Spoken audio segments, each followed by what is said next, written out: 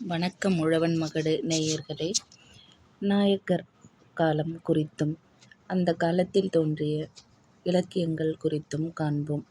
பொதுவாக இது வினாவாக அமையும் பொழுது நாயக்கர் காலம் குறித்து கட்டுரை வரைக அல்லது சிற்றிலக்கியங்கள் குறித்து கட்டுரை வரைக என்னும் 10 மதிப்பெண் வினாக்களுக்கு இதை பயன்படுத்தலாம். அதுவும் இல்லாமல் 5 மதிப்பெண்ணுக்கு ஒவ்வொரு தலைப்பு வாரியாகவும் நீங்கள் கேட்டு பயன்பெறலாம். வாழ்த்துக்கள். அந்த வகையில் 14, 15, 16 மற்றும் 17ஆம் நூற்றாண்டு இலக்கியங்கள், அதாவது நாயக்கர் காலம் கிபி 1350 முதல் 1750 வரை. ஒரு முன்னுரையாக இந்த சிற்றிலக்கியம் என்றால் என்ன என்பதை காண்போம். 9ஆம் நூற்றாண்டு முதல் 12ஆம் நூற்றாண்டு வரை நடைபெற்ற சோழர் ஆட்சி 13ஆம் நூற்றாண்டின் இறுதியில் முற்றிலும் அழிந்து பாண்டியர் ஆட்சி தொடங்கியது. ஆனால் பாண்டியரிடம் ஏற்பட்ட ஒற்றுமையின்மை காரணமாக முகமதியர் ஆட்சி தமிழகத்தில் ஏற்பட்டது.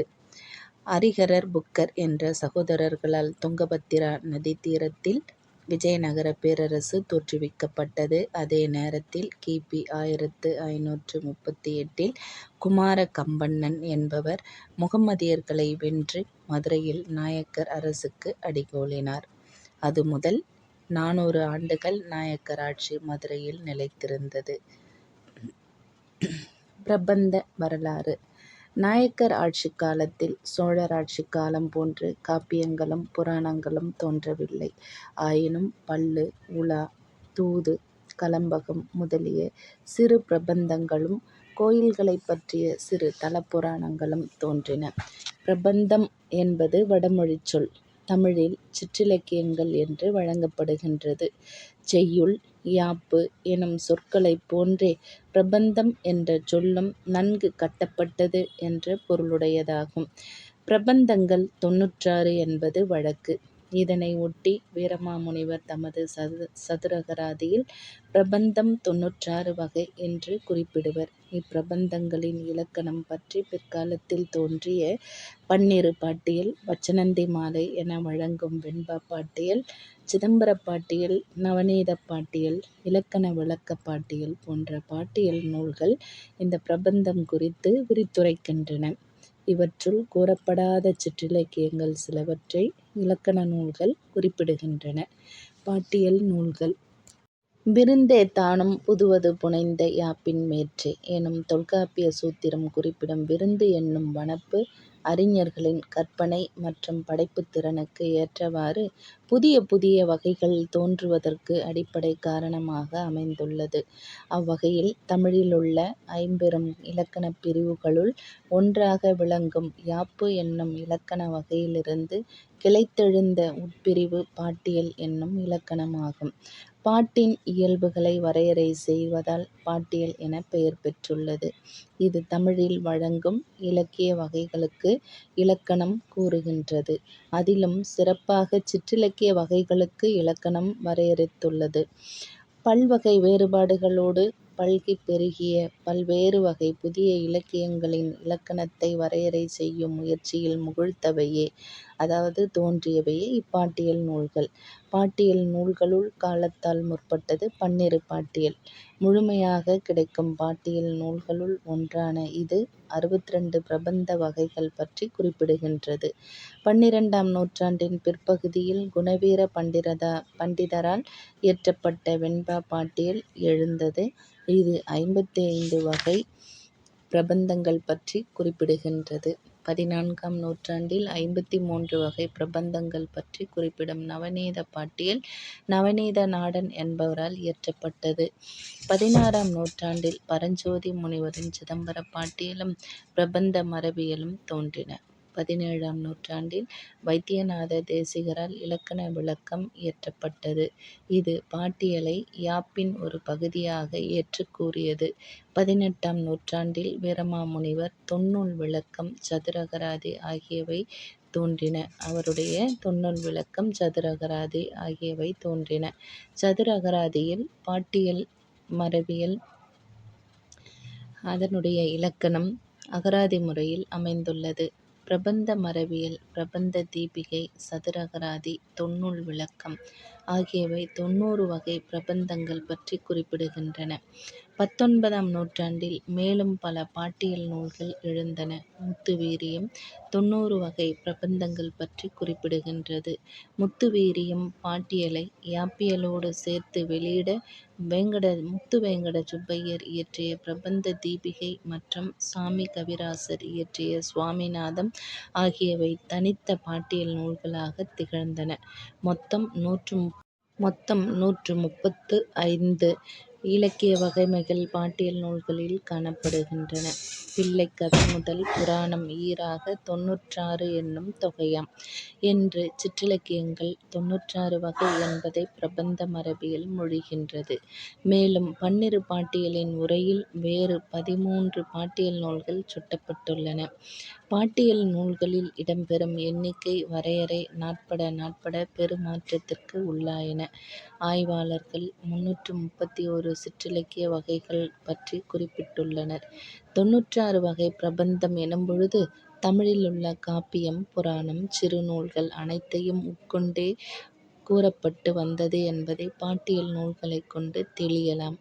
சிற்றிலக்கிய நூல்கள் நெடும்பாட்டு போல்வன. ஒரு சில துறைகளைப் பற்றிய செய்திகளையே உள்ளடக்கியன.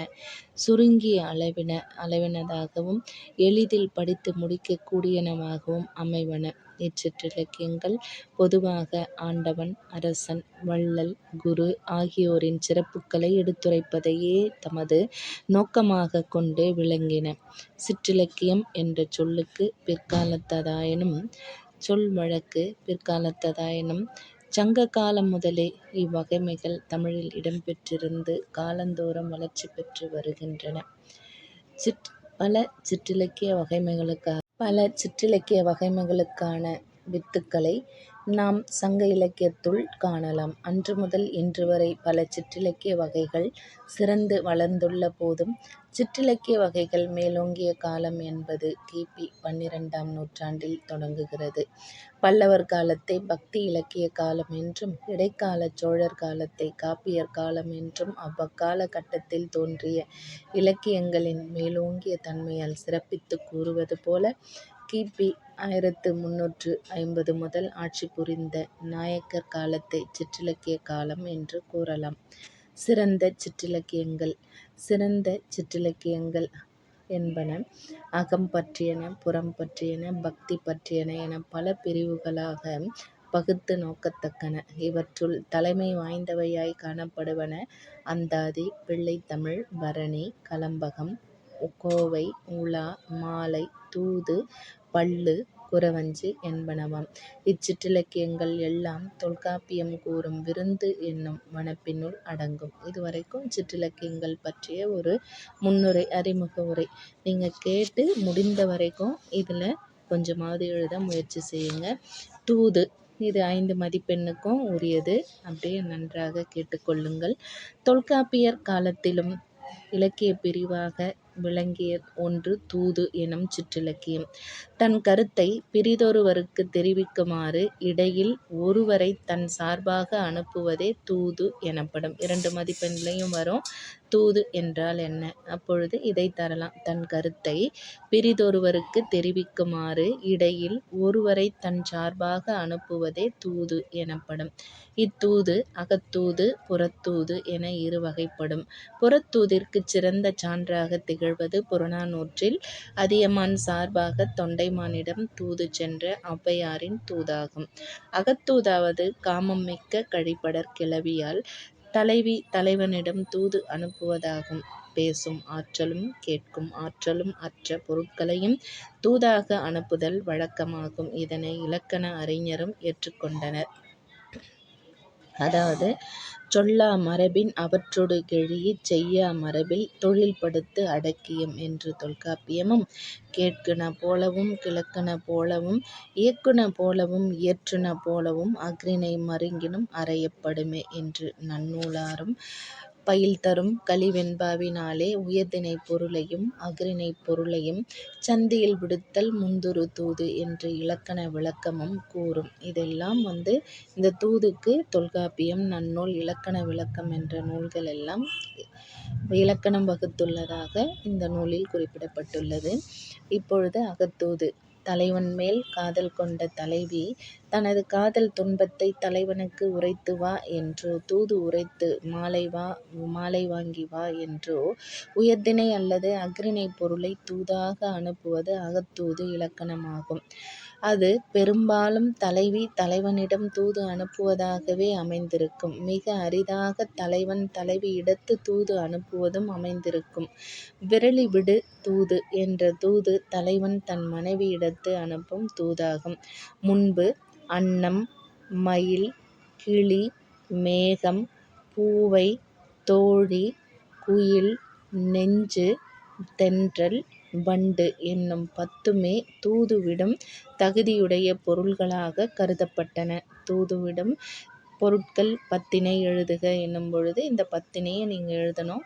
காலப்போக்கில் பணம், தமிழ், புகையிலை, நாரை, நெல், மண், செருப்பு ஆகியவையும் தூதுப் பொருள்களாக இடம்பெறத் தொடங்கின. ஆனால் இதுவரை தோழி அல்லது வாங்கிவிடு தூது நூல் என்பது எதுவும் கிடைக்கவில்லை. இலக்கியத்தில் தூது பெறும் இடம். சிற்றிலக்கிய வகையாகச் சிறந்து வளர்ந்துள்ள தூது புராண காப்பியங்களிலும் ஒரு பகுதியாக இடம்பெற்றுள்ளது. நளவெண்பா அன்னத்தின் தூதினைச் சிறப்பாகக் கூறுகின்றது. இது அகத்தூது. இராமாயணத்தில் அனுமன் தூதும் அங்கதன் தூதும் இடம்பெற்றுள்ளன. பாரதத்தில் கண்ணன் தூதும் கந்தபுராணத்தில் வீரவாகுத் தேவர் தூதும் புறத்தூதிற்குச் சிறந்த சான்றுகளாகும். கலம்பகம், அந்தாதி ஆகிய சிற்றிலக்கியங்களிலும் ஓர் உறுப்பாகத் தூது இடம்பெற்றுள்ளது. பக்தி இலக்கியமும் தூதினை கையாண்டிருப்பதை திருஞான சம்பந்தர், மணிவாசகர் ஆகியவர்களின் பாடல்களில் காணலாம். வைணவப் பெரியாரான சடகோபரும் தனது திருவாய்மொழி பாசுரங்களில் தலைமகள் தூதுவிடும் துறையமைந்த பாசுரங்களில் பூவை, குயில், அன்னம், நாரை ஆகிய பொருட்களை தூது அனுப்புவது சிறந்து விளங்கக் காணலாம். சிறந்து விளங்கும் சில தூது நூல்கள். கொற்றவன்குடி உமாபதி சிவாச்சாரியார் கி.பி. 14ஆம் நூற்றாண்டில் பாடிய நெஞ்சுவிடு தூது. பலபட்டடை சொக்கநாத புலவரின் அழகர் கிள்ளை விடு தூது. இந்த நெஞ்சுவிடு தூதுதான் முதலாகத் தோன்றிய தூது நூல் என்று சொல்வார்கள். பலபட்டடை சொக்கநாத புலவரின் அழகர் கிள்ளை விடு தூது, சுப்ரதீப கவிராயரின் கூழப்ப நாயக்கன் விரலி விடு தூது, கச்சியப்ப முனிவர் இயற்றிய வண்டு விடு தூது, 19ஆம் நூற்றாண்டின் இறுதியில் அமிர்தம் பிள்ளை என்பவரால் எழுதப்பட்ட தமிழ் விடு தூது முதலியன. இவை தவிர ஆசிரியர் பெயர் தெரியாத நிலையில் தமிழ் விடு தூது ஒன்று வழக்கிலிருந்து வருகின்றது. இந்த தமிழ் விடு தூது பற்றி, ஆசிரியர் பெயர் தெரியாத தமிழ் விடு தூது பற்றி குறிப்பு சொல்றாங்க பாருங்க. இதன் ஆசிரியர் யார் என்பதும் இவரது காலம் எது என்பதும் தெரியவில்லை. ஆனால் நூலின் கருத்தினை கொண்டு நோக்கும் பொழுது இதன் ஆசிரியரின் தமிழ் பற்றும் பக்தியும் புலனாவதோடு சைவத்தையும் தமிழையும் தனது இரு கண்களென கொண்டிருந்த உண்மையும் புலனாகின்றது. தமிழ் வளர்த்த மதுரையில் குடிகொண்டிருக்கும் சொக்கநாதர் மீது காதல் கொண்ட தலைவி தன் காதலை சொக்கருக்கு எடுத்துரைக்க தமிழைத் தவிர வேறெதனை தேர்ந்தெடுக்க முடியும்? இவ்வாறு தமிழ் வளர்த்த மதுரை வாழ் தலைவனிடத்து தமிழை தூதாக அனுப்புவதே தமிழ் விடு தூது. தலைவி தமிழின் பெருமையையும் சிறப்பையும் விளக்கிக் கூறும். இருந்தமிழே உன்னால் இருந்தேன், இமையோர் விருந்தமிழ்தம் என்றாலும் வேண்டேன் என்பன போன்ற பகுதிகளே பிற்கால தமிழறிஞர்களின் பாடல்களுக்கெல்லாம் அடிப்படையாய் அமைந்தது எனலாம். தமிழின் பெருமையை கூறும் முகமாக தமிழின் வரலாற்றையே இதில் வடித்துக் கொடுத்துள்ளார். இந்த அளவில் இந்த தூது என்பது முடிகிறது. அடுத்து அந்தாதி. இதுவும் 5 மதிப்பெண்ல எழுதலாம். அந்தத்தை ஆதியாக வைத்து பாடுவது அந்தாதி எனப்படும். அதாவது ஒரு பாடலின் அடியில் ஈற்றடி, சொல், அசை, சீர், எழுத்து ஆகியவற்றுள் ஒன்று அடுத்த பாடல் அல்லது அடுத்த அடியின் தொடக்கமாக வரப்பாடுவது. இது சொற்றொடர் நிலை என்றும் கூறப்படும். ஒளி அந்தாதி, பதிற்றுப்பத்தந்தாதி, நூற்றந்தாதி, நீரோட்ட யமக அந்தாதி போன்ற பலவகை அந்தாதிகள் காணப்படுகின்றன. வெண்பா, கட்டளை, கலித்துறை ஆகியவற்றால் இயற்றப்படுவது அந்தாதி எனப்படும். வெண்பா, கலித்துறை வேண்டிய பொருளில் பண்பாய் உரைப்பது அந்தாதித் தொகையே என வரும் பன்னிரு பாட்டியல் நூற்பாவினால் அறியலாம். இதில் இன்ன பொருள்தான் பாடப்பட வேண்டும் என்ற வரையறை இல்லை. பெரும்பாலும் விருத்தமே இதன் யாப்பு வடிவமாகும். சங்க இலக்கியங்களாகிய ஐங்குறுநூற்றில் 18ஆம் பத்தும் பதிற்றுப்பத்தில் 4ஆம் பத்தும் அந்தாதித் தொகையில் அமைந்துள்ளன. அந்தாதியின் பழமையை புலப்படுத்தும் பக்தி இலக்கிய காலத்தில் அந்தாதிப் பாடல்கள் பல தோன்றின. தேவாரம், திருவாசகம், திவ்ய பிரபந்தங்களில் அந்தாதி அமைப்பைக் காணலாம். 63 நாயன்மார்களில் ஒருவரான காரைக்கால் அம்மையார் பாடிய அற்புதத் திருவந்தாதியே முதல் அந்தாதி நூல் என்பர். கி.பி. 5-6ஆம் நூற்றாண்டுகளில் இவ்விலக்கிய வகை முகிழ்த்து மலர்ந்து மணம் பரப்பியது. முதல் ஆழ்வார்கள் மூவரும் பாடிய 3 நூற்றந்தாதிகளும் திருமழிசை ஆழ்வாரின் நான்முகன் திருவந்தாதியும் வைணவ இலக்கியத்தில் சிறந்து விளங்கும் அந்தாதிகளாகும். முதல் ஆழ்வார் மூவர் யாரு? பொய்கையாழ்வார், பேயாழ்வார், பூதத்தாழ்வார். இவங்க பாடிய நூற்றந்தாதியும் திருமழிசை ஆழ்வாரின் நான்முகன் திருவந்தாதியும் வைணவ இலக்கியத்தில் சிறந்து விளங்கும் அந்தாதிகளாகும். சேரமான் பெருமாள் நாயனாரின் பொன் வண்ணத்தந்தாதி, நம்பியாண்டார் நம்பிகள் பாடிய திருத்தொண்டர் திருவந்தாதி, பிள்ளைப்பெருமாள் ஐயங்கார் பாடிய திருவரங்கத்தந்தாதி, கம்பரின் சடகோபர் அந்தாதி, சரஸ்வதி அந்தாதி, மருதங்கராம் பாண்டியன் பாடிய குட்டித் திருவாசகம் எனப் போற்றப்படும் திருக்குறுவை பதிற்றுப்பத்தந்தாதி ஆகியவை குறிப்பிடத்தக்கவை. மகாவித்துவான் மீனாட்சி சுந்தரம் பிள்ளை அவர்கள் மட்டுமே 8 அந்தாதிகள் இயற்றியுள்ளதாக கூறப்படுகின்றது. இன்னும் பக்தர்களால் பெரிதும் பக்தியுடன் ஓதப்பட்டு வருவது அபிராமி பட்டரின் அபிராமி அந்தாதி. கவிச்சக்கரவர்த்தி என்று போற்றப்படும் கம்பரையே சிந்திக்க வைத்த ஏற்றப்பாட்டான நாடோடிப் பாடல். மூங்கில் இலைமேலே தூங்கும் பனிநீரே, தூங்கும் பனிநீரை வாங்கும் கதிரோனே என்று கூறப்படுகின்றது. இதனை தனி அந்தாதிக்கு எடுத்துக்காட்டாக கூறுவர். இதுவரைக்கும் அந்தாதி என்றால் என்ன, அந்தாதி பற்றிய குறிப்பு. அடுத்தது இந்த சிற்றிலக்கியத்தில் 3வது பிள்ளைத்தமிழ். குழவி மருங்கினும் கிழவதாகம் என்னும் தொல்காப்பிய நூற்பா பிள்ளைத்தமிழ் இலக்கிய தோற்றத்திற்குச் சான்றாக விளங்குகின்றது. ஊரொடு தோற்றமும் உரித்தன மொழிப என்னும் தொல்காப்பிய நூற்பா தொல்காப்பியனார் காலத்திலேயே பிள்ளைத்தமிழ் நூல்கள் இருந்திருத்தல் வேண்டும் என்பதை உணர்த்தும். இவ்வாறு தொல்காப்பியர் காலத்திலேயே சிற்றிலக்கிய விதை விதைக்கப்பட்டு விட்ட போதிலும் அதனைச் சிறப்பாக தழைத்து வளரச் செய்த பெருமை பக்தி இலக்கியங்களுக்கு உரியதாகும். பிற்காலத்தில் பெருவழக்கு பெற்று சிறந்த இலக்கிய வகையினை தோற்றுவித்தவர் 12 ஆழ்வார்களுள் ஒருவரான பெரியாழ்வாரே ஆவார். இவர் கண்ணனை குழந்தையாக எண்ணி தாலாட்டு பாடல்களைப் பாடியுள்ளார். இப்பிள்ளைத்தமிழ் பாடல்கள் கழி நெடிலடி ஆசிரிய சந்த விருத்தங்களால் ஆனவையாகும். பிள்ளைத்தமிழ் இலக்கணம். புலவர்கள் தாம் விரும்பும் தெய்வத்தையோ அரசனையோ வள்ளலையோ சான்றோரையோ குழந்தையாக பாவித்து பாடப்படுவது பிள்ளைத்தமிழ் எனப்படும். இதனை பிள்ளைக்கவி என வெண்பா பாட்டியலும் பிள்ளைப்பாட்டு என பன்னிரு பாட்டியலும் கூறுகின்றன. இது குழந்தையின் 3ஆம் திங்கள் முதல் 21ஆம் திங்கள் வரை ஒரு பருவத்திற்கு 2 திங்கள் என வகுத்து கொண்டு 10 பருவங்களில் வைத்து பாடப்படுவது. இதனை பிள்ளைப்பாட்டு. தெள்ளிதின் கிளப்பின் 3 முதலாம் மூவேழ் அளவும் ஆன்ற திங்களின் அறைகுவர் நிலையே என்று பன்னிரு பாட்டியல் கூறும். இதில் ஒரு பருவத்திற்கு 10 பாடல்கள் வீதம் 100 பாடல்கள் பாடப்படும். இவ்விலக்கியம் ஆண்பாற் பிள்ளைத்தமிழ், பெண்பாற் பிள்ளைத்தமிழ் என இருவகைப்படும். சாற்றரிய காப்பு, தாள், செங்கீரை, சப்பாணி, மாற்றரிய முத்தமே, வாரானை, போற்றரிய அம்புலியே, ஆய்ந்த சிறுபறையே, சிற்றிலே, பம்பு, சிறுதேரொடும் 10 எனும் வெண்பா பாட்டியல் செய்யுளியல் எண் 7. இந்த பாட்டியல் பாடலின் மூலம் காப்பு, தாள், செங்கீரை, சப்பாணி, முத்தம் வாரானை, அம்புலி, சிறுபறை, சிற்றில், சிறுதேர் என 10 பிரிவுகள் அடங்கியது என்பது புலனாகும். இ10 பருவங்களும் அடங்கியது ஆண்பாற் பிள்ளைத்தமிழ் ஆகும். இந்த 10 பருவங்களுள் முதல் 7 பருவங்கள் பெண்பாற் பிள்ளைத்தமிழுக்கும் பொதுவாகும். கடைசி 3 நிறைரீதியான 3 பருவங்களான சிறுபறை, சிற்றில், சிறுதேர் என்பனவற்றிற்கு பதிலாக கழங்கு, அம்மானை, ஊசல் என்னும் 3 பருவங்களைச் சேர்த்துக் கூறுவது பெண்பாற் பிள்ளைத்தமிழுக்குரிய மரபு. இதனை பிள்ளை பின்னனைய மூன்றும் பேதையர்க்கு ஆகா, ஆடும் கழங்காம் அம்மானை ஊசல், பாடும் கவியால் வகுத்து வகுப்புடன் அகவல் விருத்தத்தார் இணையானவாம் என்று இலக்கண விளக்கப் பாட்டியல் மூலம் அறியலாம். இந்த பிள்ளைத்தமிழ் அமைப்பு எப்படி இருக்கும் அப்படின்றத பார்க்கலாம் வாங்க.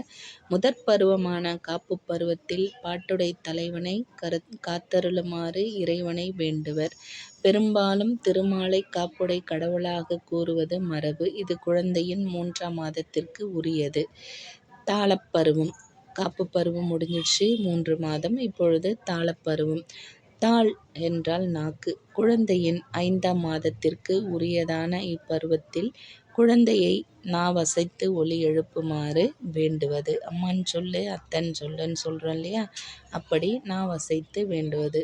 முதல் பருவம் காப்பு, இப்பொழுது தாளப்பருவம், அடுத்தது செங்கீரை. செங்கீரை என்பது ஒரு காலை மடித்து ஒரு காலை நீட்டி இரு கைகளையும் ஊன்றி கீரை அசைவது போல் ஆடுதல். இது 7ஆம் மாதத்திற்கு உரியதான இஃது குழந்தையைச் செங்கீரை ஆடுமாறு வேண்டுவது. கிருஷ்ணர் வெண்ணெய் எடுத்து உண்பாரு. ஒரு கை ஒரு காலை கீழே ஊன்றிட்டு ஒரு கால் பின்னாடி நீட்டிட்டு ஒரு கை முன்னாடி எடுத்து வெண்ணெய் உண்பார் இல்லையா, அந்த காட்சி தான் செங்கீரை. அடுத்து சப்பானை. இது 9ஆம் மாதத்திற்கு உரியது. இது குழந்தையை இரு கைகளையும் கொட்டுமாறு வேண்டுவது. கிளாப் பண்ணுன்னு சொல்கிறோம் இல்லையா, கைத்தட்டுமாறு, அப்படி வேண்டுவது சப்பானை. அடுத்து முத்தம். இப்பருவம் 11ஆம் மாதத்திற்குரியது. இது குழந்தையை முத்தம் கொடுக்கும்படியாக தாயும் பிறரும் வேண்டுவது. வருகை அல்லது வாரானை. குழந்தையின் 13ஆம் மாதத்தில் நிகழ்ச்சியை கூறும். இப்பருவத்தில் குழந்தையை தளர் நடையிட்டு வருக என அழைப்பது. அம்புலி. 15ஆம் மாதத்திற்கு உரிய இப்பருவத்தில் நிலவை பாட்டுடை தலைவனுடன் விளையாட வரும்படி அழைப்பது. சோறு ஊட்டி கொள்ளுமாறு நிலா நிலா வாவான்னு சொல்லி கூப்பிடுறாங்க இல்லையா, இதுதான் அம்புலி பருவம். இந்த பருவத்தை சாம, வேத, தான, தண்டம் எனும் 4 வழிகளால் பாடுவர். இப்பருவம் பாடுவதற்கு கடினமான பருவம் என்பர். இதனால் புலவர்கட்கு அம்புலி புலியாம் என்னும் வாக்கு எழுந்துள்ளது. இவ்7 பருவங்களும் இருபாற் பிள்ளைத்தமிழிற்கும் பொதுவாம். இப்பொழுது சிற்றில். ஆண்பாற் பிள்ளைத்தமிழுக்கு பெண்பாற் பிள்ளைத்தமிழுக்கு மாறுது இல்லையா, அதுதான் பாருங்க. 17ஆம் மாதத்திற்கு உரியதான இப்பருவத்தில் பெண் குழந்தைகள் கட்டி விளையாடும் சிற்றிலை ஆண் குழந்தைகள் சென்று சிதைப்பதாக கூறப்படும். அடுத்து சிறுபறை. 19ஆம் மாதத்திற்குரிய இப்பருவம் குழந்தை சிறுபறை முழக்கி விளையாடுதலை குறிக்கும். அடுத்து 3வது சிறுதேர். 21ஆம் மாதத்திற்கு உரிய இதில் குழந்தை சிறுதேர் உருட்டி விளையாடுதல் குறிப்பிடப்படும். இம்3 பருவங்களும் ஆண்பாற் பிள்ளைத்தமிழுக்கே உரியன. அடுத்து பெண்பாற் பிள்ளைத்தமிழுக்கு உரியது நீராடல். குழந்தையை நீரில் குளிக்கும்படி வேண்டுதல். அம்மானை அல்லது கழங்கு. கழங்கினை மேலே வீசி ஆடும்படி வேண்டுதல். ஊசல். ஊஞ்சலில் ஆடும்படி குழந்தையை வேண்டுதல். இதுவரைக்கும் பிள்ளைத்தமிழுக்குரிய அமைப்பு. இப்போ பிள்ளைத்தமிழ் நூல்கள் என்ன என்று காண்போம். கிபி 12ஆம் நூற்றாண்டில் ஒட்டக்கூத்தரால் 2ஆம் குலோத்துங்க சோழன் மீது பாடப்பட்டுள்ள குலோத்துங்கன் பிள்ளைத்தமிழே முதல் பிள்ளைத்தமிழ் நூலாக கிடைத்துள்ளது. இது சோழர்களின் வரலாற்றினை கூறும் சிறந்த இலக்கியமாகும். கிபி 7ஆம் நூற்றாண்டில் குமரகுருபரர் பாடிய மீனாட்சியம்மை பிள்ளைத்தமிழ், முத்துக்குமாரசாமி பிள்ளைத்தமிழ் ஆகிய இரண்டும் பக்தி வரலாற்றில் பெரும்புகழ் படைத்தவையாகும். கிபி 18ஆம் நூற்றாண்டில் பகழிக்கூத்தர் எழுதிய திருச்செந்தூர் பிள்ளைத்தமிழ் பிள்ளைத்தமிழாயினும் பெரிய தமிழ் என்று பாராட்டப்படும் பெருமையுடையது. கத்தும் தரங்கம் எடுத்தெறிய எனும் பாடலில் செந்தில் குமரனின் முத்தணக்கும் விலையில்லை என்று போற்றிப் பாடும் திறம் கற்போர் நெஞ்சை நெகிழ வைப்பதாகும். சொற்சுவை, பொருட்சுவை, கற்பனை, அலங்காரம் முதலிய சுவைகள் ஒருசேர அமையப்பெற்ற அரிய நூல் இது. 19ஆம் நூற்றாண்டில் அழகிய சொக்கநாதர் பாடிய காந்தியம்மை பிள்ளைத்தமிழ், மகாவித்துவான் மீனாட்சி சுந்தரம் பிள்ளை பாடிய சேக்கிழார் பிள்ளைத்தமிழ், முகைதீன் ஆண்டவர் பிள்ளைத்தமிழ் ஆகியன சிறப்பானவை. செங்கழுநீர் விநாயகர் பிள்ளைத்தமிழ், திருஞான சம்பந்தர் பிள்ளைத்தமிழ், திருநாவுக்கரசர் பிள்ளைத்தமிழ், சுந்தரமூர்த்தி பிள்ளைத்தமிழ், மாணிக்கவாசகர் பிள்ளைத்தமிழ் போன்ற பிள்ளைத்தமிழ் நூல்களும் பிற்காலத்தில் தோன்றியுள்ளன. தற்காலத்தில் பாரதிதாசன் பிள்ளைத்தமிழ், மறைமலை அடிகள் பிள்ளைத்தமிழ், காமராசர் பிள்ளைத்தமிழ் என பிள்ளைத்தமிழ் நூல்கள் தோன்றிய வண்ணம் உள்ளன. மீனாட்சி அம்மை பிள்ளைத்தமிழ் 5 ஆண்டு காலம் ஊமையாய் இருந்து பின் திருச்செந்தூர் முருகன் திருவருளால் பேசும் திறன் பெற்ற தெய்வக் கவியான குமரகுருபரர் மதுரை மீனாட்சி அம்மன் மீது பிள்ளைத்தமிழ் பாடி அருளினார். இதனை திருமலை நாயக்கர் முன்னிலையில் அரங்கேற்றினார். அவ்வமயம் மீனாட்சி அம்மையே அர்ச்சகர் மகள் வடிவில் சிறு குழந்தையாக வந்து மன்னன் மடியில் வீற்றிருந்து இந்நூலைக் கேட்டு தன் கழுத்திலிருந்த முத்துமாலையை எடுத்து புலவருக்கு பரிசாக அளித்ததாக கூறுவர். அம்மையின் இச்செயலுக்கு காரணமாக விளங்கியது வாரானை பருவத்தில் காணப்படுகின்ற தொடுக்கும் பழங்கடவுள் பழம்பாடல் எனத் தொடங்கும் பாடலே என்பர். முத்துக்குமாரசாமி பிள்ளைத்தமிழ் இந்நூலும் குமரகுருபரர் பாடி அருளியதே ஆகும்.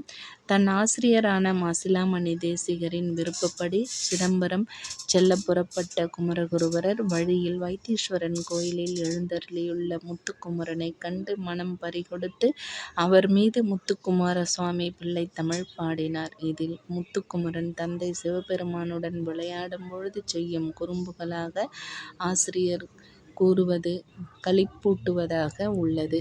காந்தியம்மை பிள்ளைத்தமிழ் இதன் ஆசிரியர் திருநெல்வேலியைச் சார்ந்த தச்சன் நல்லூரில் வாழ்ந்த அழகிய சொக்கநாதர். 19ஆம் நூற்றாண்டில் தோன்றிய இதுவே குமரகுருபரரின் மீனாட்சி அம்மை பிள்ளைத்தமிழுக்கு அடுத்த நிலையில் சிறந்து விளங்கும் பெண்பாற் பிள்ளைத்தமிழ். சிறுமி காந்தியம்மையை கவிஞர் வாராதிருந்தால் இனி நான் உன் வடிவேல் விழிக்கு மையெழுதேன் என்று தொடங்கி தாரார் இமவான் தடமார்பில் தவழும் குழந்தையாய் வருகவே சாலிப் பதிவாழ் காந்திமதித் தாயே வருகவே என்று அழைக்கும் வருகைப் பருவப் பாடலை அரங்கேற்றம் செய்யும் பொழுது அரங்கேற்றத்திற்கு வருகை தந்திருந்த ராசவில்லிபுரத்தைச் சேர்ந்த வள்ளல் முத்துச்சாமி அவர்கள் உணர்ச்சி மீதுறப் பெற்றவராக தான் அணிந்திருந்த விலைமதிப்பற்ற வைரக்கடுக்கனை கவிஞர் காதுகளில் அணிவித்துப் பாராட்டி மகிழ்ந்ததாக கூறப்படுகின்றது.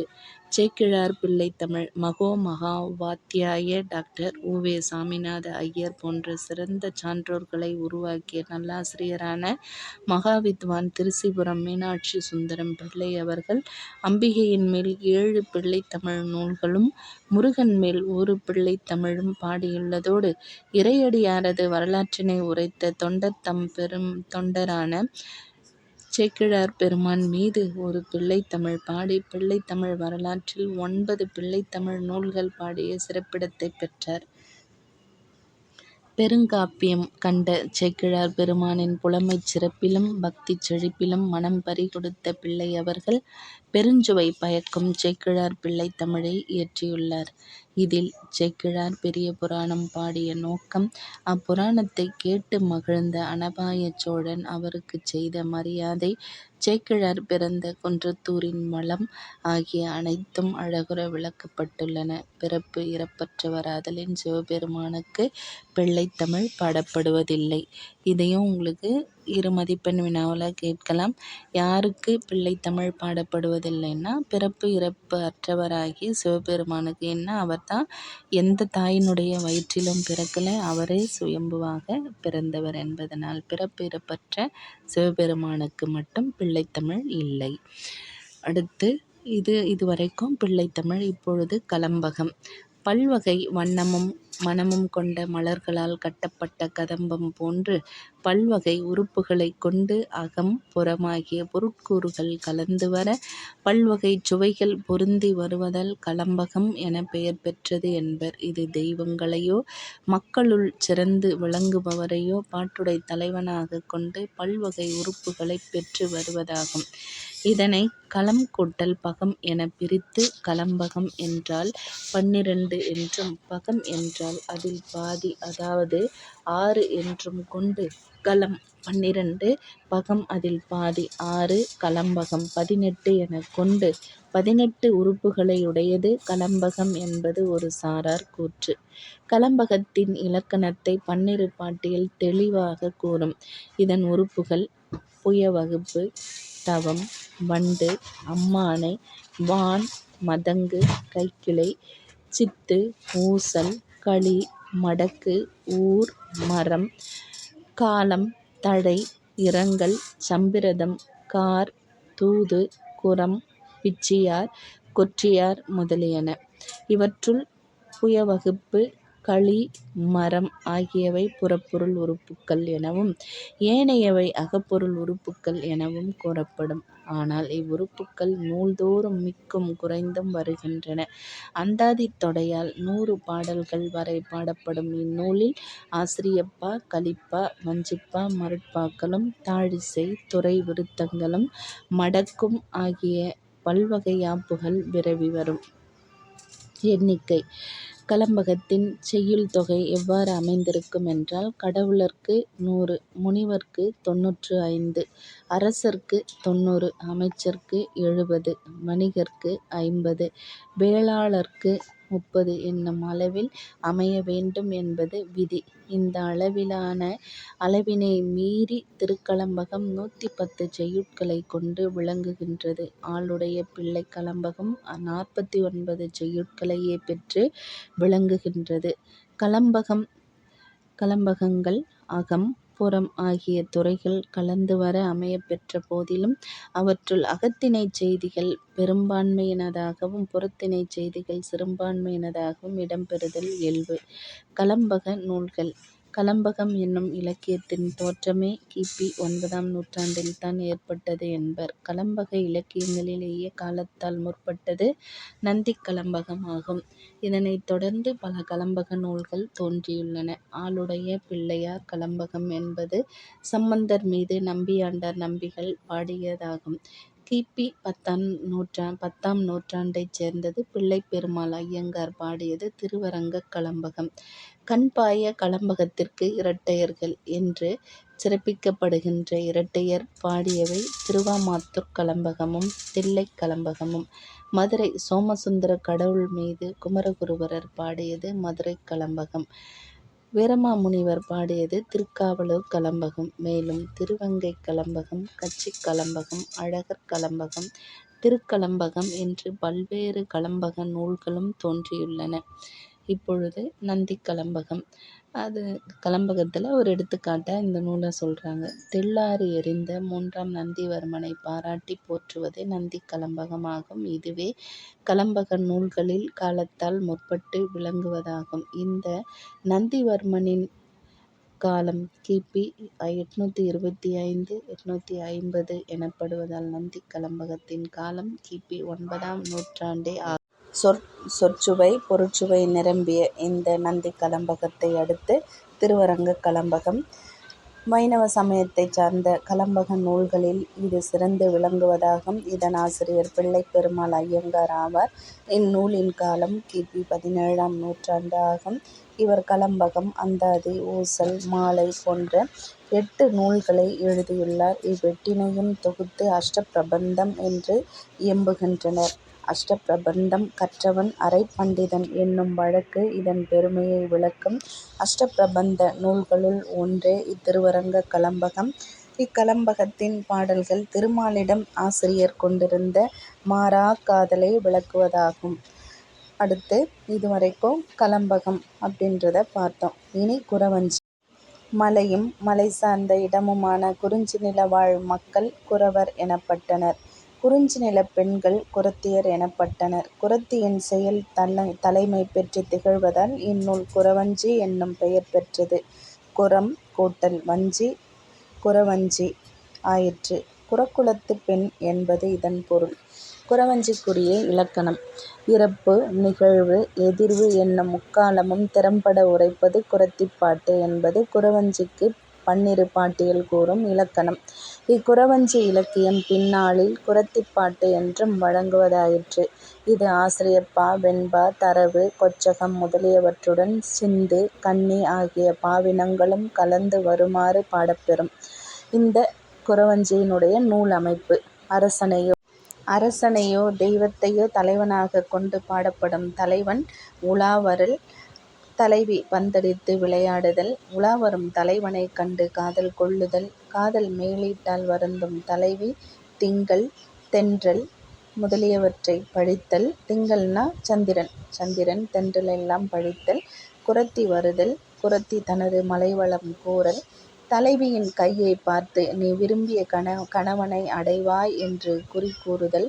குறி கேட்டு மகிழ்ந்த தலைவி குறத்திக்குப் பரிசளித்தல். குறவன் குறத்தியைத் தேடி வருதல். குறத்தியின் அணிகலன்களைக் கண்டு ஐயுறல். குறத்தி ஐயம் தெளிவித்தல் ஆகிய பகுதிகளை உள்ளடக்கியதாக குறவஞ்சி நூல் அமையும்.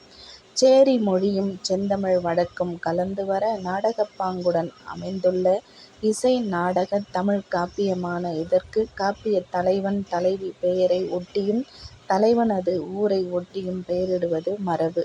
சரபேந்திர பூபால குறவஞ்சி தலைவனின் பெயராலும், திருக்குற்றால குறவஞ்சி, திருவாரூர் குறவஞ்சி, பெத்லகேம் குறவஞ்சி முதலியன தலைவனின் ஊர் பெயராலும் பெயர் பெற்றன. இவை தவிர கும்பேசர் குறவஞ்சி, அர்த்தநாரீஸ்வர குறவஞ்சி, மீனாட்சியம்மை குறம் போன்ற பல குறவஞ்சி நூல்கள் தோன்றியுள்ளன. குறவஞ்சி நூலின் தோற்றம் பற்றி குமரகுருபரரின் மீனாட்சியம்மை குறத்திலே காணலாம். திருக்குற்றால குறவஞ்சி திருக்குற்றாலத்திற்கு அருகிலுள்ள மேலகரம் என்னும் கிராமத்தைச் சேர்ந்த திரிகூட ராசப்ப கவிராயர் என்பவரால் இயற்றப்பட்டது. இவரது காலம் மதுரையை ஆண்ட முத்து விசயரங்க சொக்கலிங்க நாயக்கரின் காலமான 18ஆம் நூற்றாண்டாகும். குற்றால குறவஞ்சி அரங்கேற்றம் செய்யப்பட்ட போது குறவஞ்சி மேடு என்னும் நிலப்பகுதியும் பல பரிசுகளும் கொடுத்து பாராட்டினர். இதன் ஆசிரியர் இதனை குறவஞ்சித் தமிழ், குறவஞ்சி நாடகம் என்னும் பெயர்களால் வழங்குவர். இதுவே குறவஞ்சி நூல்களுள் தலைசிறந்த நூலாகக் கருதப்படுகின்றது. இந்நூலாசிரியர் குற்றால தலபுராணம், குற்றால மாலை போன்ற வேறு நூல்களும் இயற்றியுள்ளார். இந்நூலின் எளிய இனிய சொற்களையும் எதுகை மோனை எழிலையும் கற்பனை வளத்தையும் கவிதைச் சுவையையும் சுவைத்து மகிழலாம். இதன் கதைத் தலைவனாக திருக்குற்றாலத்தில் எழுந்தருளியிருக்கும் குற்றாலநாதர் விளங்க வசந்தவல்லி என்னும் வஞ்சிக் கொடியால் தலைவியாக வருகிறாள். இதில் குற்றாலநாதரின் சிறப்பு குற்றால மலையின் வளமும் எழிலும், வசந்தவல்லி பந்தடித்தல், குறத்தி மலைவளங்கூறல், குறத்தி குறி கூறல், குறவன் குறத்தி உரையாடல் ஆகிய பகுதிகளும் இன்பம் தருவனவாக அமைந்துள்ளன. இதன் ஆசிரியர் எண்களை வைத்துச் சொற்சிலம்பம் செய்திருப்பதைக் காணலாம். முருகனைப் பற்றிப் பாடும்பொழுது 12இல் தொடங்கி 1இல் முடிய எண்கள் இடம்பெறுமாறு பாடியிருப்பதும், 5 தலைக்குள் 6 தலை வைத்தார் எனது மனதில் 5 தலைக்கோர் 6 தலை வையார். அதாவது 5 தலைன்னா ஓம் நம சிவாய என்பவர் ஈன்றெடுத்த ஆறுமுகனாகிய ஓம் சரவண பவர் அவர் பிறந்தார். அவரால் எனக்கு காதல் ஏற்பட்டு விட்டது. என்னுடைய இந்த காதல் நட்சத்திற்கு அவர் ஓர் ஆறுதலை சொல்ல மாட்டாரோ என்று வரும் பகுதியும் எண்களை வைத்து சொல்லின்பம் படைத்துள்ள பகுதிகளாகும். அடுத்து நம்முடைய பாடப்பகுதியிலேயே கூட வானரங்கள் கனி கொடுத்து மந்தியொடு கொஞ்சும் என்பது பள்ளிப் பருவ பிள்ளைகள் முதல் பாடிக் களிக்கும் திருக்குற்றால மலையின் வளமுரைக்கும் பாடலாகும். இந்த பாடலையும் இங்கு எழுதி நிறைவு செய்யலாம். இந்த வகையில் அடுத்து கொட்டையூர் சிவக்கொழுந்து தேசிகர் காவிரி நதிக்கரையிலுள்ள வடபகுதியில் கும்பகோணத்திற்கு அருகிலுள்ள தேவாரம் பெற்ற திருத்தலமாக திகழ்வது கொட்டையூர். இவ்வூரில் சிவநெறிச் செல்வரான தண்டபாணி தேசிகரின் மகனாக பிறந்தார் சிவக்கொழுந்து தேசிகர். இன்றைக்கு 160 ஆண்டுகளுக்கு முன் தோன்றிய இவர் வைத்தியநாத தேசிகரின் மரபினரிடம் முறையாக கல்வி பயின்றார். தஞ்சை சரபோஜி மன்னரிடம் அரசவை புலவராக திகழ்ந்தவர். இவ்வமயம் சரபேந்திரர் வைத்திய முறைகள், சரபேந்திரர் சன்னிரோக சிகிச்சைகள், சரபேந்திரர் வைத்தியம் ஆகிய மருத்துவ நூல்களை புதிதாக செய்யுள் வடிவில் இயற்றியுள்ளார். 90 வயது வரை வாழ்ந்த இவருக்கு 2 மனைவியரும் 2 ஆண் மக்களும் 5 பெண் மக்களும் இருந்தனர். இவர் இயற்றிய நூல்கள் கொட்டையூர் உலா, திருவிடை மருதூர் புராணம், திருமணநல்லூர் புராணம், கோடீச்சுர கோவை. சரபேந்திர பூபால குறவஞ்சி தஞ்சையைச் சிறப்புற ஆண்ட சரபோஜி மன்னனை பாட்டுடை தலைவனாக கொண்டு கொட்டையூர் சிவக்கொழுந்து தேசிகரால் இயற்றப்பட்டது. மன்னனின் சிறப்புகளை பாடியவாறு பந்தடித்து ஆடிக்கொண்டிருக்கிறாள் மங்கை மதனவல்லி. மன்மதனின் கணையால் தாக்கப்பட்டு மதியையும் தென்றலையும் பழிக்கின்றாள், சந்திரனையும் தென்றலையும் பழிக்கின்றாள். அவ்வமயம் அங்கு வந்த தன் தோழியை சரபோஜி மன்னன்பால் தூது சென்று தன் நிலையுரைக்க வேண்டுகின்றாள். தூது செய்தியுடன் சென்ற தோழியின் வருகைக்காக மதனவல்லி காத்து நிற்கும் வேளையில் குறத்தி வருகிறாள். குறத்தியை நீ யார் என்று கேட்ட மதனவல்லிக்கு குறத்தி தன் சாதி வளம், மலை வளம், நதி வளம், தேச வளம், சோழ நாட்டு வளம் போன்ற அனைத்தையும் கூறி தன்னை அறிமுகப்படுத்திக் கொள்கின்றாள். மதனவல்லி தனக்கு குறி சொல்லுமாறு வேண்டுகின்றாள். குறத்தி அவளது கைரேகையை பார்த்து விரைவில் அவள் விரும்பிய தலைவனைச் சேர்வாள் என்று கூறுகின்றாள். அது கேட்டு மகிழ்ந்த தலைவி குறத்திக்கு அணிமணிகள் வழங்குகின்றாள். அவ்வமயம் குறத்தியை தேடி குறச்சிங்கன் வருகிறான். குறத்தியின் அணி மணி ஆடை அலங்காரம் கண்டு அதற்கான காரணம் கேட்டறிந்து இறுதியில் சரபேந்திரருக்கு மங்களம் பாடிச் செல்கின்றான். இத்தகு கதையமைப்பு கொண்ட குறவஞ்சி நூல் அக்கால நாடக அமைப்பான கணபதி வருகை, கட்டியங்காரன் வருகை, மோகினி வருகை போன்ற பகுதிகளுடன் விளங்குவது குற்றால குறவஞ்சி போன்று குறவஞ்சி நாடகம் என்று வழங்கப்படுகின்றது. குறத்தியின் இயல்பு குறி கூறுதல், குறவன் அவளை காணாமல் வருந்துதல், பின்னர் அவளை கண்டு அளாவுதல் முதலிய குறத்தியைப் பற்றிய செய்திகள் அதிகம் இடம்பெறுவதால் இந்நூல் குறவஞ்சி என்றும் அழைக்கப்படுகின்றது. இதில் இலக்கியச் சொற்களுடன் உலக வழக்குச் சொற்களும் மறுமொழிச் சொற்களும் இடையிடையே இடம்பெற்றுள்ளன. உருது, தெலுங்கு, மராட்டி, கன்னடம், ஆங்கிலம், ஹிந்தி ஆகிய பிறமொழிச் சொற்களும் இதில் இடம்பெற்றுள்ளன. தஞ்சை பெரிய கோவிலில் ராஜராஜ சோழன் நாடகம் நடத்தப்பட்டு வந்தபோது தஞ்சை கோயில் அஷ்டகோடி விழாவில் இந்நாடகம் ஆடப்பட்டது. எனவே இதனை அஷ்டகோடி குறவஞ்சி என்றும் அழைத்தனர். குறவஞ்சி இலக்கிய கட்டமைப்புக்கு உட்பட்ட நிலையில் பல புதுமைகளை புகுத்தியுள்ளார். இந்நூலில் இவர் கையாண்டுள்ள அழகிய உவமைகளே இவரது புலமைக்கு போதிய சான்றாக திகழ்கின்றன. குறவர்களின் பழக்க வழக்கங்களையும் பல புராணச் செய்திகளையும் சுவைபட கூறியுள்ளார். 4 வகை புடைசூழ சரபோஜி பவனி வர மன்மதனை ஒத்த அம்மன்னனைக் கண்டு காதல் கொள்கிறாள் தலைவி. குறக்குலப் பெண் தெலுங்கு, மராட்டி, கன்னடம், இஸ்லாம் ஆகிய ஆங்கிலம் பெண்களுக்கு குறிபார்க்கச் செல்கின்றாள். அப்பெண்கள் ஒவ்வொருவரும் தங்கள் மொழியிலேயே என் கையைப் பார்த்து குறி கூறு என்று கூறுவதாக இயற்றப்பெற்றுள்ளது நகைச்சுவையுடன் விளங்குகின்றது. தெலுங்கு பெண் நாசை சூடு என்று கேட்கின்றாள். மராட்டிய பெண் மஜஹாத் பக ஆக என்று என் கையைப் பார்த்து குறி சொல்லேன் என்று சொல்ல கன்னட பெண் நன கையினோடு என்று கேட்கின்றாள். இஸ்லாமிய பெண் மை ஹாத் தேக்கர் போலாஸ் என்றும் ஆங்கில பெண் லுக் மை ஹேண்ட் என்றும் இவ்வாறு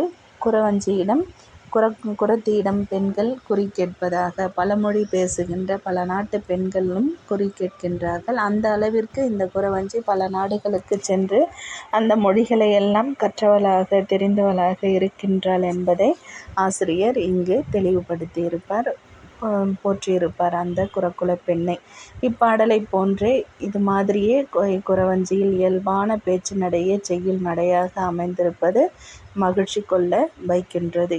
இதுவரை குறவஞ்சி என்னும் நூலின் இலக்கணத்தையும் அந்த நூல் எவ்வாறு அமைந்திருக்கும் அதனுடைய அமைப்பு முறையினையும் கண்டோம்.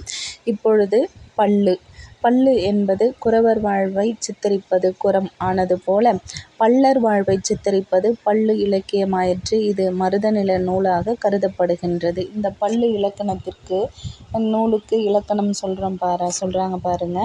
சேரி மொழியால் செவ்விதில் கிளந்து தேர்தல் வேண்டாது குறித்தது தோன்றில் புலனென மொழிப புலனுணர்ந்தோரே என தொல்காப்பியர் சூத்திரத்தின் மூலம் பள்ளு இலக்கியம் தொல்காப்பியர் காலத்திலேயே கற்கொண்டுள்ளதை அறியலாம்.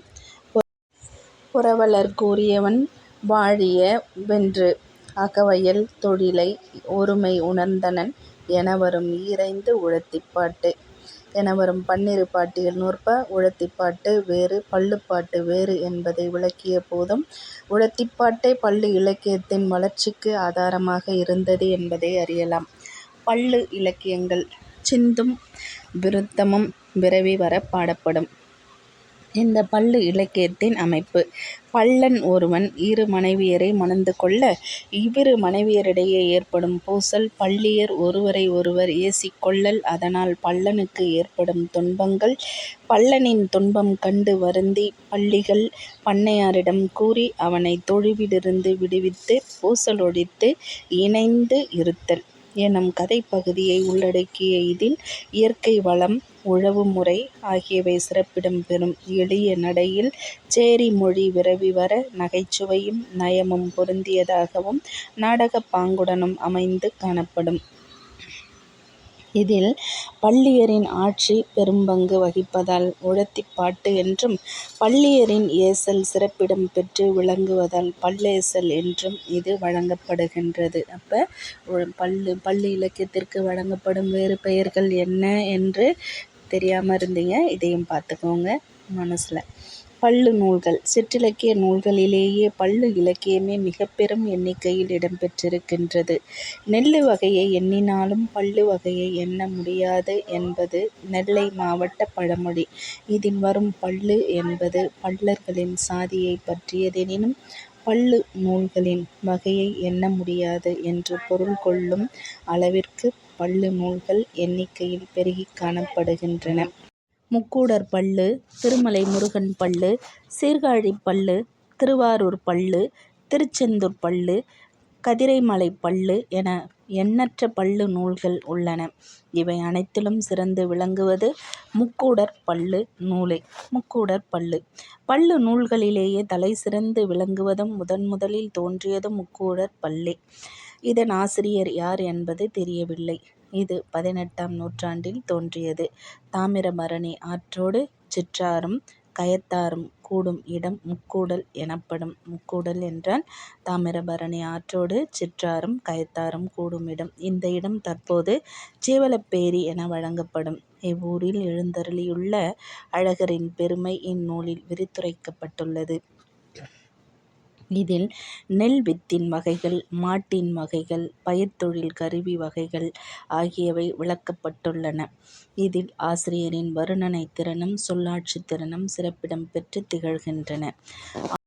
ஆற்று வெள்ளம் நாளை வர தோற்றுதே குறி மலையாள மின்னல் ஈழ மின்னல் சூழ மின்னுதே நேற்றும் இன்றும் கொம்பு சுற்றி காற்றடிக்குதே கேணி நீர்ப்படு சொரித்தவளை கூப்பிடுகுதே சேற்று நண்டு சேற்றைக் குழைத்து ஏற்றடைக்குதே மழை தேடி ஒரு கோடி வானம் பாடி ஆடுதே போற்றி திருமால் அழகர்க்கேற்றமாம் பண்ணை சேரி புள்ளிப் பள்ளர் பாடிப் பாடித் துள்ளிக் கொள்வோமே எனும் பாடல் இன்றும் மக்களிடையே வழங்கி வரும் இயற்கை எழில் போற்றும் பாடலாகும். இதை நான் நன்றாக பாடலாகவே பாடி தனிப்பதிவில் பதிவிட்டுள்ளேன்.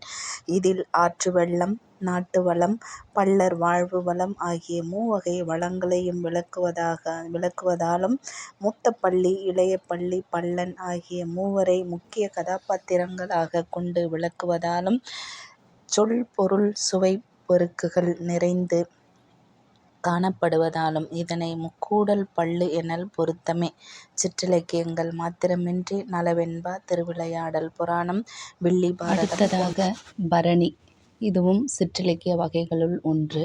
போர்க்களத் தெய்வமான கொற்றவையை பாடும் நூல். தொல்காப்பிய புறத்திணைகளான களவேள்வி, களவாழ்த்து, முன்தேர்குரவை, பின்தேர்குரவை போன்றன அடிப்படையாக அமைந்து பாடப்படுவது. ஆனை ஆயிரம் அமரிடை வென்ற மாணவனுக்கு வகுப்பது பரணி என்பது இலக்கண விளக்கப் பாட்டியல் நூற்பா பரணிக்கு இலக்கணம் கூறுகின்றது. பரணி என்பது ஒரு நட்சத்திரம், அதாவது நாள், அந்த நாளினை குறிக்கும். பட்டத்து யானை பிறந்த நாள் பரணி. காளிக்கு உரிய நாள் பரணி. யமனுக்கு உரிய நாள் பரணி. தன்கண் பிறந்தவனை உயர்த்துவது பரணி. போர்க்களத்தில் பரண்மேல் நின்று பாடுவது பரணி என பெயர் காரணம் கூறுவர். தோற்றோரால் பெயர் பெறும் ஒரே சிற்றிலக்கியம் பரணி. பகை அரசனுடைய நாட்டில் போர்க்களம் அமைத்து போர் செய்து வெல்வதால் பரணி அங்கே பாடுவதாக கொண்டு தோற்ற நாட்டு பெயரால் நூலுக்கு பெயர் வைப்பது மரபு. பரணி 13 உறுப்புகளை உடையது. கடவுள் வாழ்த்து, கடைத்திறப்பு, காடு பாடியது, கோவில் பாடியது, தேவியை பாடியது, பேய்களைப் பாடியது, இந்திர சாலம், ராச பாரம்பரியம், பேய் முறைப்பாடு, அவதாரம், காளிக்கு கூலி கூறியது, போர் பாடியது, களம் பாடியது ஆகிய 13 உறுப்புகளை உடையது. இந்திரசாலம் என்பது மாயவித்தை, அதாவது மாயாஜாலம். ராசபாரம்பரியம் என்பது மன்னனின் முன்னோர்களைச் சுட்டுவது. அவதாரம் என்பது மன்னனின் பிறப்பைக் கூறுவது. வீரச்சுவை உடைய நூல் பரணி. இதன் கடைத்திறப்பு பகுதி மட்டும் காமச்சுவை உடையது. விண், மண், நரகம் என்ற மூன்றையும் பாடுவது பரணி. இரண்டடி தாழிசையால் பாடப்படுவது பரணி. தனியே ஓர் போர் பற்றி எழுந்த பெருநூல் பரணி. தனியொரு போர் பற்றி எழுந்த சிறுநூல் களவழி 40. பெரிய போர் பற்றி எழுந்தது பரணி. தனியே போர் பற்றி எழுந்த சிறிய நூல் களவழி 40. முதல் பரணி நூல் கலிங்கத்து பரணி. முதலாம் குலோத்துங்கனின் படைத்தளபதி கருணாகரத் தொண்டைமானுக்கும் கலிங்க மன்னன் அனந்தவர்ம சோடகங்கனுக்கும், அதாவது அனந்தவர்மனுக்கும் நடந்த போர் பற்றி கூறுவது கலிங்கத்து பரணி. முதலாம் குலோத்துங்கனின் படைத்தளபதி கருணாகரத் தொண்டைமானுக்கும் கலிங்க மன்னன் அனந்தவர்ம சோடகங்கன் என்று அழைக்கப்படுகின்ற அனந்தவர்மனுக்கும் நடந்த போர் பற்றி கூறுவது கலிங்கத்து பரணி. பரணி பாடுவதில் வல்லவர் ஜெயங்கொண்டார். கலிங்கத்து பரணி ஜெயங்கொண்டார் பாடினார். யார் யார் என்றால் கருணாகரத் தொண்டைமானுடைய போர் பற்றி பாடினார். இந்த வகையிலே தக்கையாக பரணி, கொப்பத்து பரணி, கூடல் சங்கமத்து பரணி, இப்படியெல்லாம் நிறைய பரணி நூல்கள் உள்ளன. அடுத்து கோவை. இந்த கோவையும் சிற்றிலக்கியத்தில் ஒரு வகை என்று சொல்லப்படுகின்றது. அவ்வகையில் கோவை நூல்களை பற்றி இப்பொழுது காண்போம். இதுவரை பரணியை கண்டோம். இதுவும் 5 மதிப்பெண்களுக்கு பயன்படுத்தி கொள்ளலாம். இப்பொழுது கோவை அக இலக்கியம். கோவை அக இலக்கியம் என்று அழைக்கப்படும் 400 பாடல்களை கொண்ட இலக்கியம் கோவை. கட்டளை கலித்துறையால் பாடப்படுவது கோவை. பாட்டுடைத் தலைவன், கிளவித் தலைவன் என்ற இருவரும் இடம்பெறும் இலக்கியம் கோவை. ஐந்திணைக்குரிய 100 துறைகளைப் பாடுவது ஐந்திணைக் கோவை அல்லது அகப்பொருள் கோவை. 400 பாடல்களும் ஒரு துறையாகவே அமைவது ஒரு துறைக் கோவை. மொழி முதலில் வரும் எழுத்து ஒவ்வொன்றுக்கும் செய்யுள் பாடுவது வருத்தக் கோவை. அகமாந்தர் இடம்பெறும் இலக்கியம் கோவை. பாட்டுடைத் தலைவன் இன்றி பாடப்பட்ட கோவை அம்பிகாபதி கோவை. முதல் கோவை பாண்டிக்கோவை. 7ஆம் நூற்றாண்டு. கோவை பாட வல்லவர் ஒட்டக்கூத்தர். கோவை நூல்கள் என்னென்னு பார்க்கலாம். ஆசிரியர் பெயர் தெரியாத கோவை பாண்டிக்கோவை. மாணிக்கவாசகரின் திருக்கோவை. இதற்கு திருச்சிற்றம்பல கோவை என்ற பெயரும் உண்டு. ஒட்டக்கூத்தரின் 4000 கோவை, குலோத்துங்கன் கோவை. அமிர்தகவிராயரின் ஒரு துறை கோவை, நாணிக்கண் புதைத்தல் என்ற துறை துறையில் அமைந்த கோவை நூல். பொய்யாமொழி புலவரின் தஞ்சை வாணன் கோவை, மீனாட்சி சுந்தரம் பிள்ளையின் சீர்காழி கோவை, திருவாவடுதுறை கோவை, குளத்தூர் கோவை. இது தவிர சதகம். இந்த சதகம் என்றால் 100 பாடல்களை கொண்டது என்று பொருள். நீதி கருத்துகள் மிகுந்த சிற்றிலக்கியம் சதகம். முதலில் திருவாசகத்தில் திருச்சதகம் என்ற சொல்லாட்சி வருகிறது. பழமொழிகள், பழங்கதைகள், நீதிகள், சோதிட குறிப்புகள், உடலியல் கருத்துகள், உளவியல் கருத்துகள் மிகுந்த இலக்கியம் சதகம். சதகம் ஆசிரிய விருத்தத்தில் பாடப்படும். ஓரிரண்டு சதக நூல்களை அறிந்து கொள்வோம். ஆத்மநாத தேசிகரின் சோழமண்டல சதகம், ஐயன் பெருமாள் அவர்களின் பாண்டி மண்டல சதகம், படிக்காசு புலவர் அவர்களின் தொண்டை மண்டல சதகம், கார்மேக கவிஞர் அவர்களின் கொங்கு மண்டல சதகம், அம்பலவாண கவிராயர் அவர்களின் அறப்பளீச்சர சதகம், குருபாத தாசர் அவர்களின் குமரேச சதகம், அரபி சதகம், சதாசிவம் பிள்ளையின் இயேசுநாத திருச்சதகம். இவை போன்று இந்த சிற்றிலக்கியங்கள் இதுவரைக்கும் நீங்கள் எழுதலாம். இதற்கு மேல் என்றால் மடல், அதன் பிறகு மாலை. ஒரு பொருள் குறித்து மாலை வாங்கி வா என்று சொல்வது தூதிலேயே கொஞ்சம் வரும். அந்த மாதிரி இது போன்று 10 மதிப்பெண்களுக்கு இந்த தலைப்புகளை எல்லாம் நீங்கள் எழுதினால் முழுமையாக மதிப்பெண்களை பெறலாம். வாழ்த்துகள். தொடர்ந்து கடப்பாட்டில் உங்கள் உழவன் மகடு முனைவர் சாரதா சுப்பிரமணி. நன்றி, வணக்கம்.